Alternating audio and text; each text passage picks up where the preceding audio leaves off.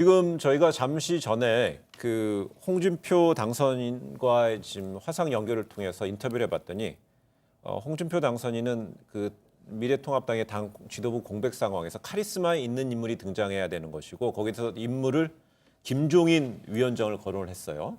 근데 이런 가운데 김종인 위원장의 전원입니다만 황교안 전 대표가 황교안 후보가 사퇴 전에 당을 추슬러 달라고 이렇게 자신한테 부탁을 했다고 얘기를 하네요. 이게 무슨 의미입니까? 이거 정말 조심스러운데 예. 이거 지극히 제 개인적인 의견입니다. 그걸 전제로 말씀드리면은 근데 이제 황교안 대표가 당 대표로서 당직을 내려놨단 말이에요.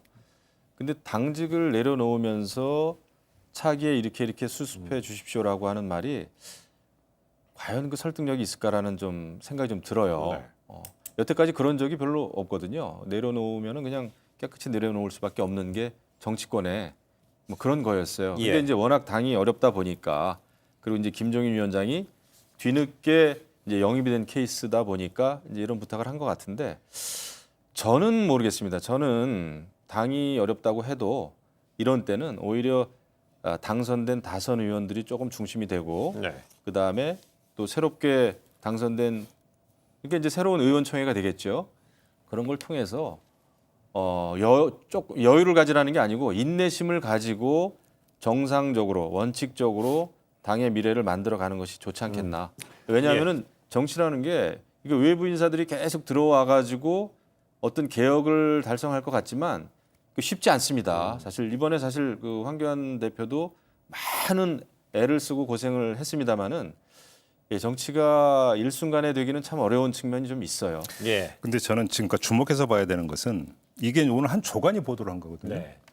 누가 이걸 소스를 누가 줬을까? 저는 그게 참 궁금합니다. 뭐냐면 저도 그 보도를 그러니까 유익하게 봤는데 황교안 그 대표가 대표직 사퇴 선언하기 직전에 김종인 위원장한테 전화해서 그 얘기를 했고 그래서 한 조간이 이제 그걸 포착을 해서 그러니까 김종인 위원장한테 확인에 들어갔거든요. 네. 김종인 위원장은 전화가 걸려온 건 맞다고 확인을 해줬어요. 자 그러면 두 사람 간의 통화 내역을 누가 그 언론에 알렸을까? 만에 하나 김종인 위원장 쪽에서 만약에 이걸 그쪽이 소스라고 한다면 이미 대충 그림은 다 나와 있는. 다시 말해서 김종인 위원장의 속마음이 뭔지. 그러니까 이 그 조간의 어떤 보도 내용을 꼼꼼히 살펴보면 김종인 위원장은 나 절대 안 해라는 말이 안 나와요. 네. 이렇게 놓고 본다면 만약에 당 안에서 일정하게 의견이 모아져서 김종인 위원장 추대로 간다면 본인은 받을 가능성이 제가 볼 때는 90% 이상인 것 같다. 다만 전 단계에서 당 안에서 그런 중지가 모아질 것이냐가 사실은 제가 볼 때는 관건인데 벌써 갈라지고 있는 것 같아요, 이야기가. 그러니까 김종인으로 가야 된다? 아니다. 이렇게 좀 갈라지는 것 같더라고요. 근데 이런가 하면은요. 근데 반대로 또 김종인 위원장은 황 전 대표에 대해서 정치인인지 법률가인지 이해가 안 된다 이런 식의 이건 또 뭡니까? 부정적인 뉘앙스 같기도 하고요. 그러니까 뭐 어차피 다 정치인들이 이렇게 언론에다 대고 하는 얘기를 모르겠습니다. 다 우리가 참 믿기도 어렵고 안 믿기도 어려운 그런 그 상황인데 왜냐하면은 이번 선거에 이제 그 책임 문제를 논할 때 물론 우리가 미래통합당의 모든 저 포함해서 네. 모든 당원들 특히 현역 의원들이 잘못을 같이 저질렀기 때문에 이런 결과가 온 거죠. 그럼에도 불구하고 이제 당 대표였기 때문에 이제 황 대표가 결국 책임을 지고 물러났는데요.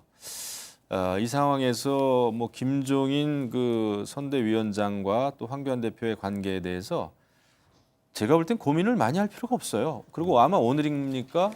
그 선대본부가 해단식을 아마 할 거예요. 예. 그러면은 해단식의 의미는 뭡니까? 해단하는 거예요.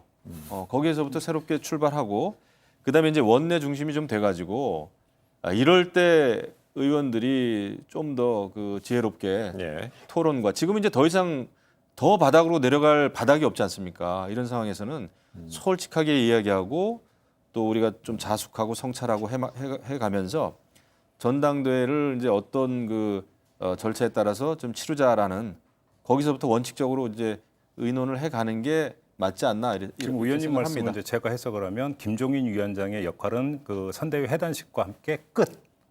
더 이상 해석이 될 수도 있어요. 네, 그렇게 이제 그 말씀을 하시는 것 같고요. 저는 그 의견에도 상당 부분 경청할 부분이 있다고 봐요. 뭐냐면 많은 분들이 김종인 위원장의 어떤 그 이 카드가 별로 효과를 보지 못했다. 왜냐 이걸 묻는데 타이밍을 이야기를 해요. 너무 늦었다.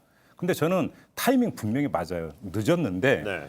자 그런데 문제는 김종인 위원장이 아무튼 늦었다 하더라도 그 선대위원장을 맡아서 그러니까 했던 어떤 스피커로서 했던 메시지 내용을 보면은 별로 준비가 되어 있었던 것 같지가 않다라고 하는 그런 평가를 할 수밖에 없어요. 왜 그러냐면 일성이 뭡니까? 못 살겠다 갈아보자부터 시작을 했어요. 올드에도 한참 올드한 거기에다가 지금 민심하고 확인해 보면 결국은 맞지 않았다는 이야기인데 그러니까 아주 굵직한 메시지를 던져가지고 그러니까 선거 구도에서 이슈를 선점하고 지형을 선점하는 어떤 능력이 나타나지 않았다라는 거거든요. 그런 점에서 볼 때 과연 김종인 위원장에 대한 능력치에 대해서 과대평가를 하는 것은 미래통합당 입장에서도 또 한 번의 어떤 실수가 될 수가 있다. 이것도 좀 같이 봤으면 좋겠다는 말씀 좀 드립니다.